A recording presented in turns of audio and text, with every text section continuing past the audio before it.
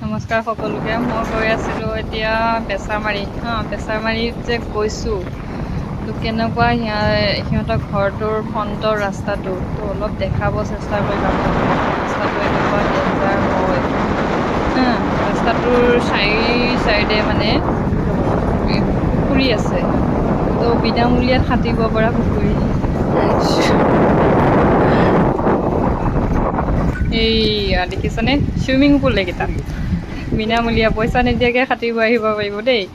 এইয়া চাইডে এইটো এটা চুইমিং পুল, এইটো এটা চুইমিং পুল। আমি মাজেৰে গৈ আছোঁ, ৰাস্তাটো দেখিছে কেনেকুৱা ডেঞ্জাৰ, মানে কি স্কুটি চলাই যাওঁতেও কেনেকুৱা মানে ৰাস্তা এনেকুৱা বিটেদি গৈ থাকিব লাগে ৰাস্তাটো। আকৌ খৰা এনেকুৱা উঠা নামা এনেকুৱা হৈ থাকে, এনেকুৱা ৰাস্তা।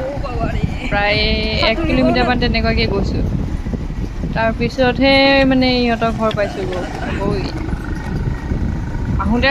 যাওঁতে ৰাস্তাটো ভালেই পালোঁ, কিন্তু ভিতৰৰ পিনে সোমাওঁতে এনেকুৱা ৰাস্তা। এই অন্তিম সময়ত পালোঁহি দেই সিহঁতৰ ঘৰ, এতিয়া সোমামগৈ আৰু।